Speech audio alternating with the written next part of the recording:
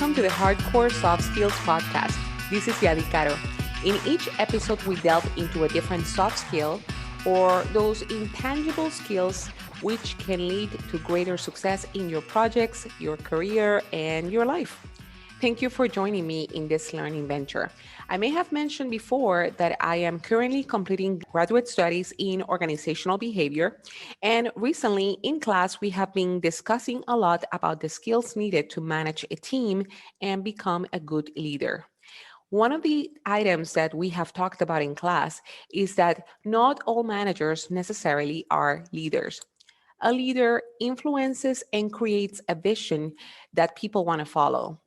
A manager may manage the day-to-day, control risk, and seem to focus on administrative, but as a manager, you can certainly become a leader. Becoming a leader requires focusing your attention on your team and empowering them to do great things. And that is part of the message of my guest today, Heather Younger.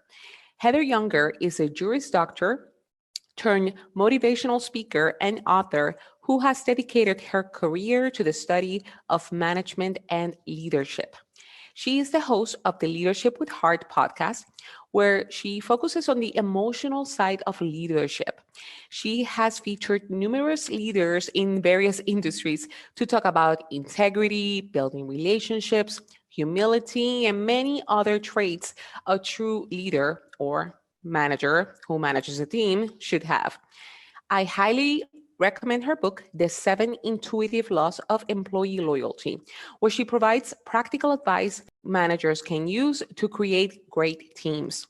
Part of her motivation to educate leaders who empower others was her own experience as a child, where she encountered racial discrimination from members of her own family. And this was a topic for her very inspirational TED Talk, which you can view on her website, heatheryounger.com, and I'll also provide a link via the show notes. In this episode, we discuss about what made great managers. She is also giving advice to those who are getting ready to venture into the new role of managing teams. Let's listen.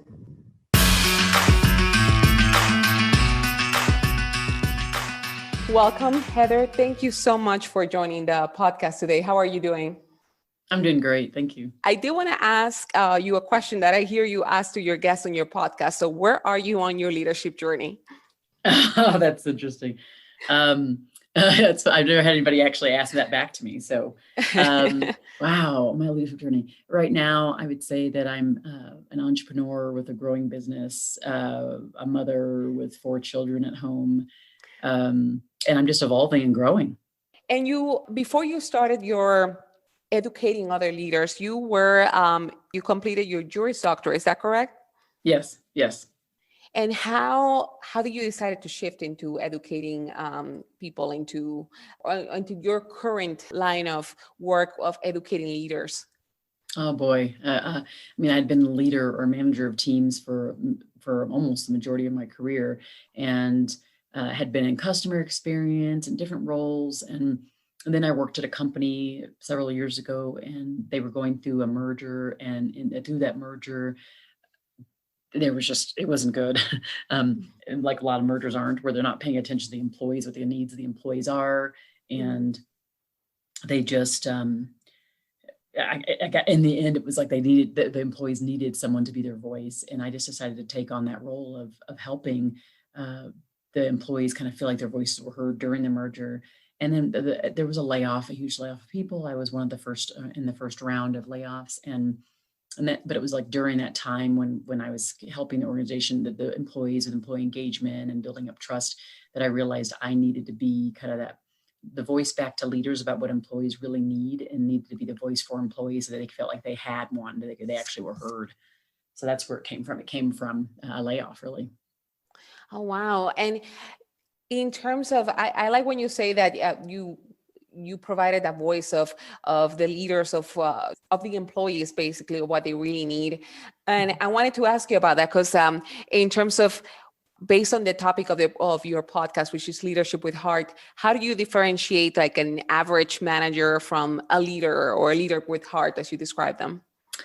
I'm one of those people that I believe that managers and leaders, I use the words interchangeably, and that's because like almost everything I do is with the lens of what employees see. And so employees don't think of you as their quote unquote leader. So we use those words, oh, I'm a leader. They look at you as their manager or their boss, and they either love you or they hate you or somewhere in between. And so, and usually they're going to love you when they feel cared for, when they feel empowered, when they feel uplifted, when they feel important, when they feel valued and respected, right? Those are some of the things that they're looking for. They want to feel like they have a road ahead, a fruitful road ahead inside your team and the organization. And so leaders who are ones that foster that leave their people feeling cared for and make them want to stay. If one person, or for some of the listeners that may be starting that journey into becoming or wanting to become a manager or on the way, how do you know you're ready to manage a team? Or do you ever know you're ready? Yeah, I'm not sure you're ready until you're in it, but I think that before you go in it, the person who promotes you needs to make sure you get some proper training. And then if they haven't initiated that, you need to request it. So I would say, there's obviously learning the basics of just like, time management and performance reviews and things like that, the tactical side. And I would do kind of what you're alluding to, which is really focusing on the soft side of it, because the soft side is what really makes your team want to go over and above, makes your team want to stay on your team, makes your team want to refer other people to your team. So makes them more of an advocate for you if you focus on the things that make them feel good. And so employee experience is really driven mostly by emotions. And if you can produce more positive emotions and know how to do that, figuring that out by really talking to your people and spending time with them, then you'll get more out of the team and more out of them when you do that. Based on all this training that you have provided to managers and throughout, is there any common error or common mistake that you see managers that they think they're doing the correct thing, but it's a common mistake that they do? I would say, the biggest thing is when people differentiate a manager and leader, I think they look at a manager as someone who is more of a taskmaster. They have projects, processes, they move their people almost like they just move them through the process and they try to get that stuff done. But the biggest mistake is they really aren't taking the time to sit with their people and figure out what's missing for them. So they end up losing their people because they haven't taken that time to really dig deeper, find out what's missing, what are they looking for, are they even searching, are they happy? So spending that one-on-one time is the most important investment that I think a manager and a leader can do. I wanted to also mention about your TED Talk, where you talk about your personal experiences growing up and adversity and dealing with particular adversities growing up. Can you talk a little bit about that? I'm with you. Go, I want to make sure people are going to the TED Talk to kind of watch it. But really, the long and the short of it was I was raised in a home where I had a lot of my own rejection. There was racism in my own family. And so the majority of the racism I've experienced in my life was from that side of my family. And I have an interesting background, both diverse in many ways. And so I realized early on that if I wanted to have a voice, I needed to, learn to communicate well. I needed to, I also needed to not be like that part of the family. I needed to not be narrow-minded. I needed to use the adversity and the rejection and instead kind of turn it on its head and create more of an inclusive place for other people and make them feel important, valued, and listened to.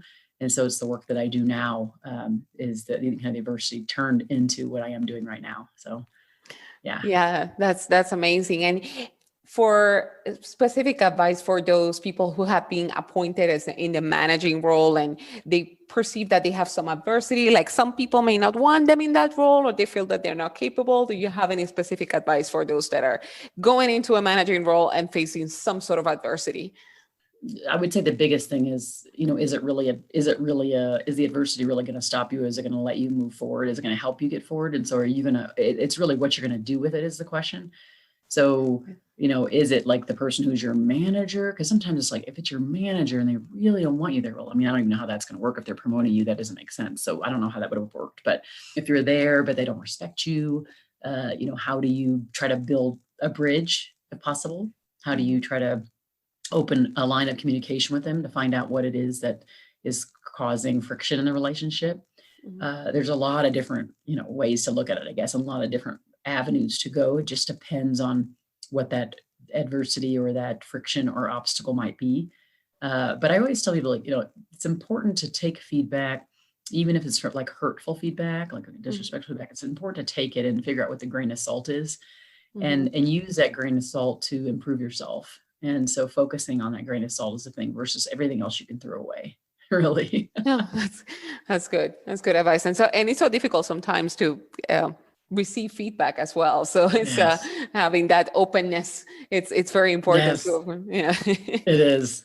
I want to also talk about your upcoming book and the book that you already have, which is the 7 Intuitive Laws of Employee Loyalty. And I read it, and it's great because it provides a lot of practical advice to managers that they can start implementing right now. And one thing that really stuck with me was the fact that you mentioned about empowering employees, because sometimes when you're a manager, you think you have to take care of them, like do things for them, and you think that you're taking care of them.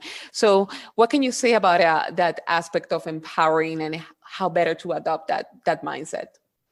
I think the biggest thing is, I think managers who are risk averse or live in fear are going to do the same thing with their people. So if you want your people to grow in the role with them, if you want them to potentially innovate for your team, then you can't operate out of fear, because then they will do the same thing. And so then you really haven't empowered them, because they're just operating under like mechanical, in a way where you're telling them exactly what to do, instead of them using their own brain power and their own creativity to actually land on really good solutions for the team.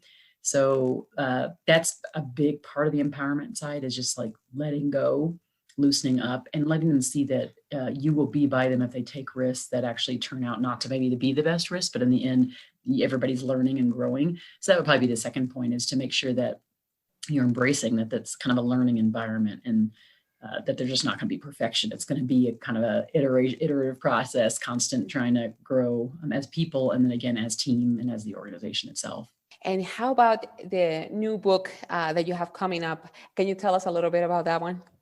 Yeah. So what I did with this next book is I took the first law in the first book, giving them great supportive managers, and I really just went super deep. And so my podcast, the Leadership with Heart podcast, I interview all these leaders specifically about their leadership journey and some of the times when they weren't so great. And so I just taken it upon myself to synthesize some of the main behaviors in these people that are more emotionally intelligent, are real strong. They're stronger in their soft skill side. They're not perfect. So you're stronger does not mean perfect.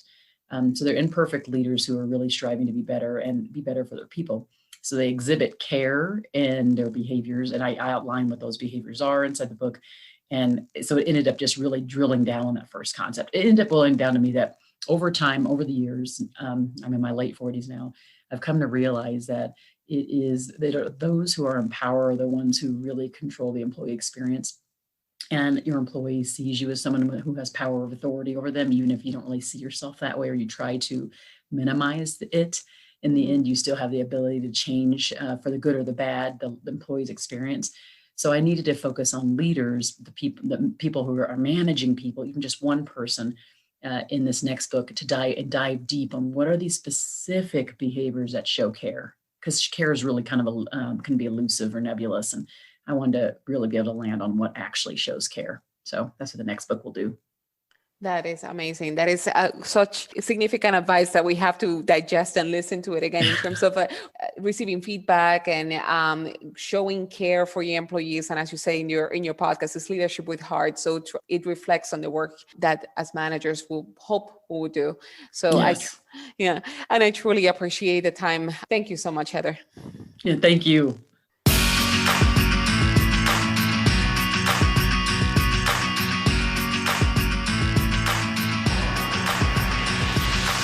Thank you for listening to another episode of the Hardcore Soft Skills Podcast. If you have learned something today, share this episode with others. To find out about new episodes and skills to learn from, subscribe via your favorite podcast platform, including Apple Podcasts, Spotify, and Stitcher. For more resources, visit our website, hardcoresoftskillspodcast.com. Thank you for listening.